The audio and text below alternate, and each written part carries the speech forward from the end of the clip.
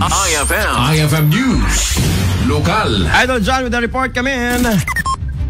Naiwaya ti operasyon na baklas na dito panakaikas dagiti na aramat ang materyales iti panagkampanya kada iti na palabas ng eleksyon partikular dagiti na usar at tarpulin ken casting na abanag.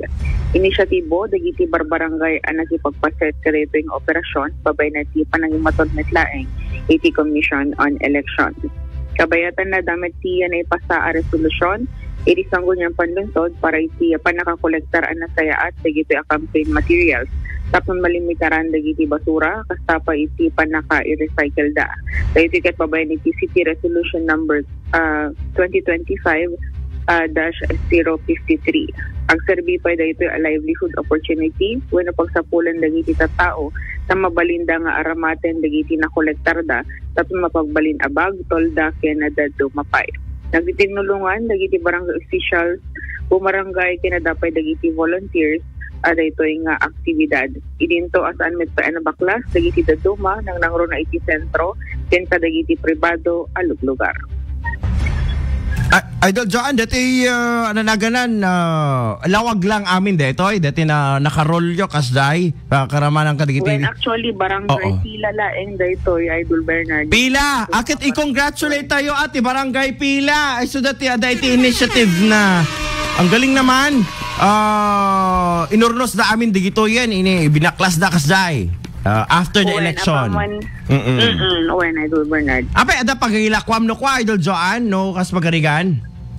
When mabalin yung ada deti kay paspas nga resolusyon, isang gunyang panlunsod, Idol Bernard, na mabalin nga pagsapulan pa, dagiti residente, mabalin da nga daiten, pagbalin da nga pagtolda, kaya na dumapay no nati mabaling nga paka-usaran da basta ma-reuse, ma-recycle dagiti ito nga campaign materials Idol Bernard.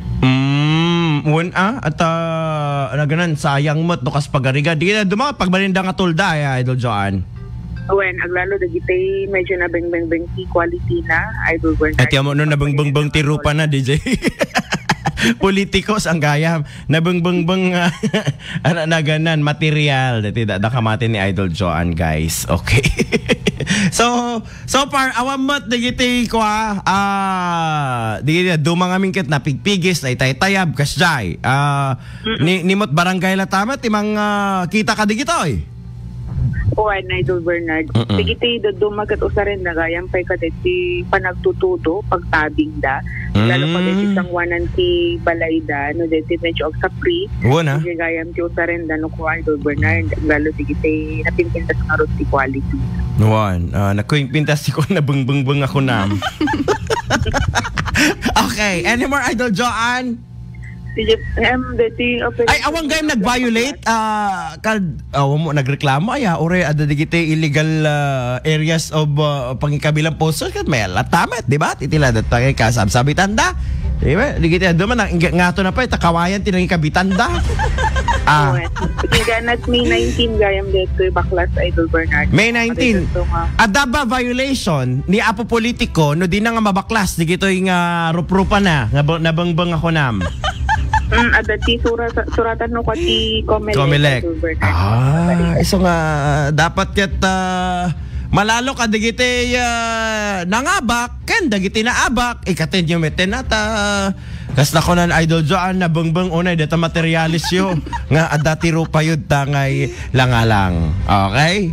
Any more Idol Joan? Hindi pala ang damag ito siya tilawag. Ay, napansin ko lang Idol Bernard. Kaganda natin pa nakabaklas, nagiti tarpaulin, nag-change profile pa yan, nagiti daduma. Nag-change profile da pa yan. Katakas siya change profile ka kat, it's either naragsak or naladingit. Ayan, Idol Joan. Okay. Idol Bernard. Damag ito siya tilawag, Kadwarte 99.5 by Lawag, Idol Joan 15 Katapper. Maraming salamat Idol Joan. Manipod pa lang apo Itilawag City mga idol. Nako po. Nag-change profile ka na ti daduman apo.